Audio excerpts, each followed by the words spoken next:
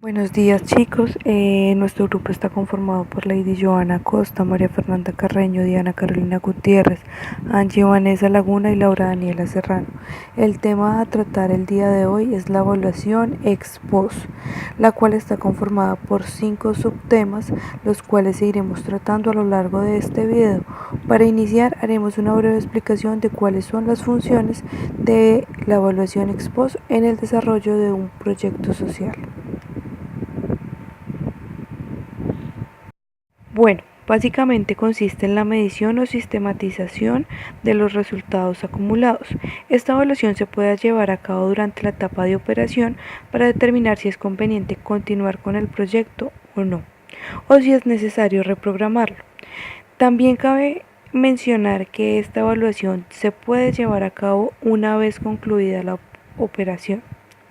¿Cuáles son los resultados que se deben tener en cuenta para poder llevar a cabo la evaluación? Bueno, son los de cobertura, focalización, eficacia, eficiencia, efectos, impacto y por último la relación entre los costos y el impacto. Cabe resaltar que a diferencia de la evaluación ex ante, la cual trabaja con objetivos y metas a alcanzar según estimaciones existentes, la ex post se utiliza con los datos reales medidos que ya se han tenido del proyecto. También podemos decir que una actividad inicial de la evaluación ex post es identificar el momento más adecuado para llevarla a cabo, teniendo en cuenta la disponibilidad de información confiable y válida con los requerimientos de toma de decisiones para la gestión. Como primera etapa, se calculan los costos reales del proyecto.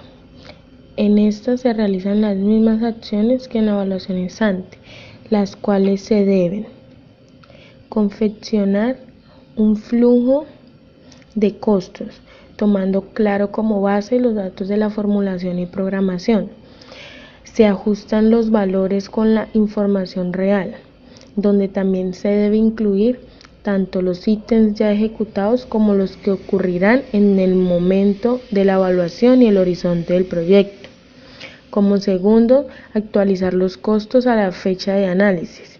Considerar la fecha de evaluación como punto de referencia. Anualizar los costos. Y, por último, construir la matriz de costos reales.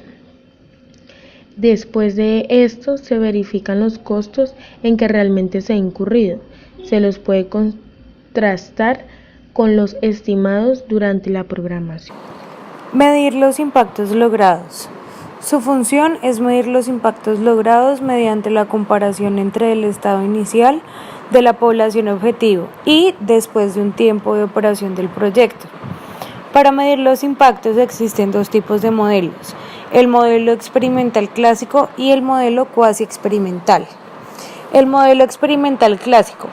Para la ejecución de este modelo es fundamental hacer una selección aleatoria de una muestra que se debe dividir en dos submuestras. La primera, que es la población beneficiaria, y la segunda, que es el grupo sin proyecto. Esta submuestra se debe seleccionar antes de iniciar la operación del proyecto.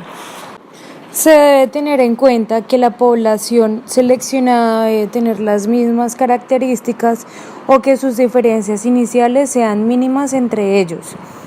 El modelo compara las situaciones en que se encontraban los dos grupos o submuestras en la línea base con la situación en la línea de comparación, y a partir de ello se verifican los cambios entre los dos grupos generados por el proyecto.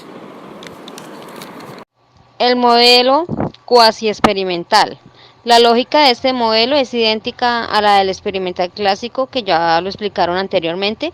En este se pueden encontrar mediciones que están en la línea base para poder dar una comparación y luego poder determinar las diferencias que radica en cuanto a la pertenencia del grupo o en este caso del proyecto. También se puede determinar aleatoriamente y esto permite que la selección de las funciones o de las variables tengan relevancia en cuanto al objetivo del impacto que se quiere perseguir o que se quiere lograr.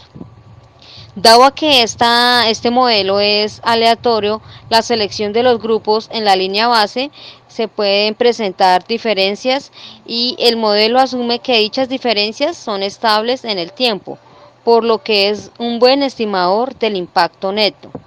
Además de ello, este modelo es muy útil porque desea evaluar un proyecto durante su operación y se han elegido ya obviamente los beneficiarios y los no beneficiarios.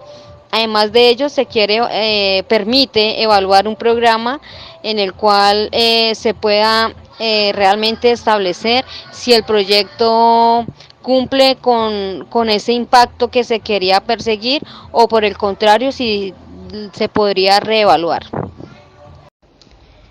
El siguiente modelo para medir el impacto de un proyecto son los modelos no experimentales.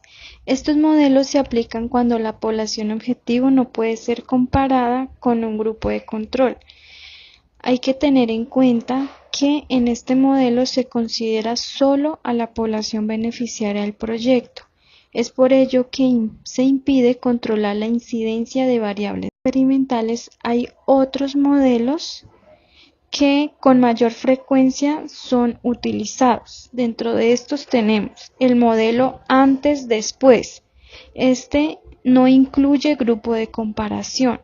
¿Qué se hace allí? Se efectúa una medición antes que el proyecto sea implementado y se comparan los valores obtenidos con los resultados derivados de levantar una línea de comparación durante la operación o después que el proyecto ha concluido.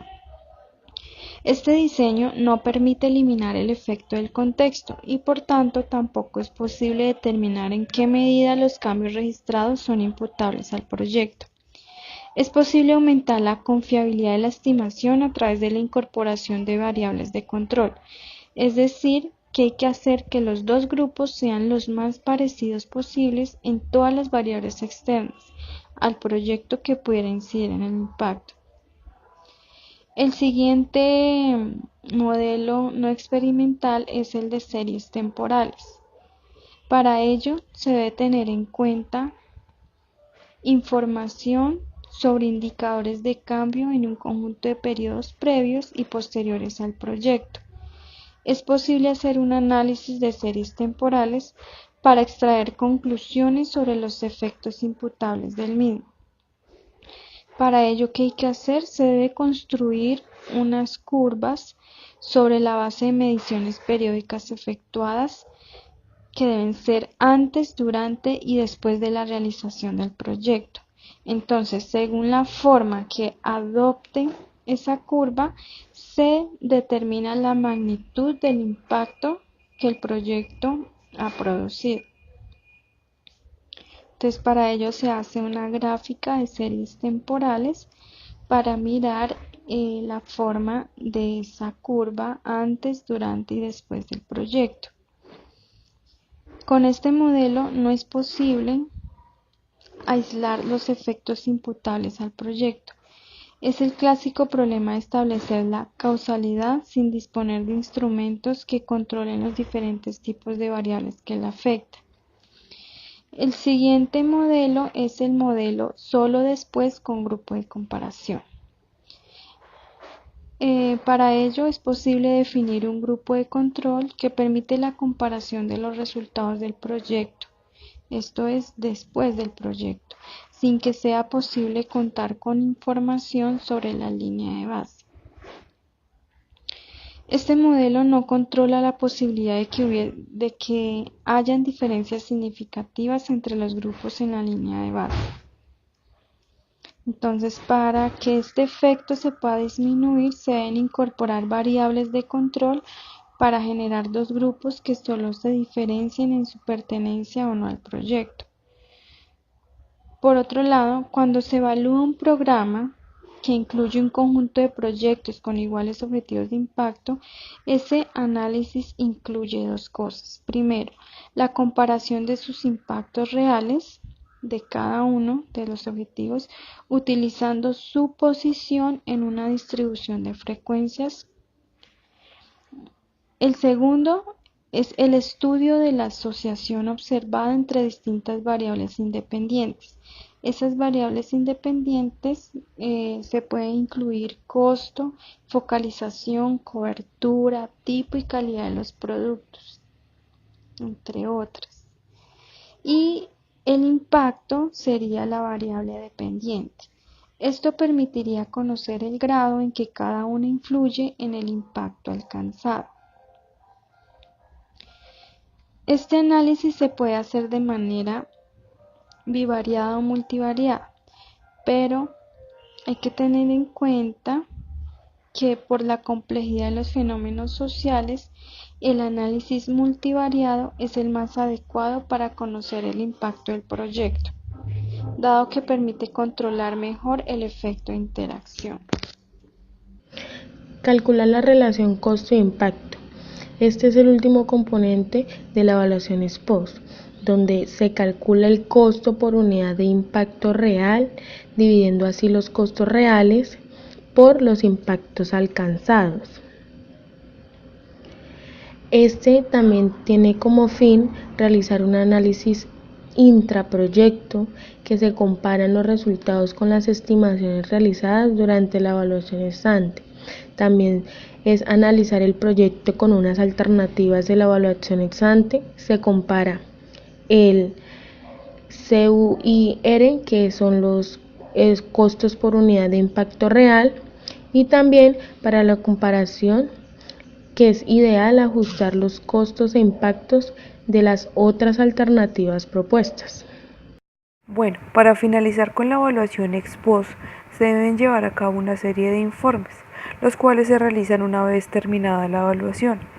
Estos resultados deben ser distribuidos al interior de la organización, de manera que puedan ser analizados y así realizar las correcciones necesarias en la gestión para mejorar la eficiencia y el impacto, o si son los resultados irreversiblemente negativos, decidir el cierre del programa o proyecto.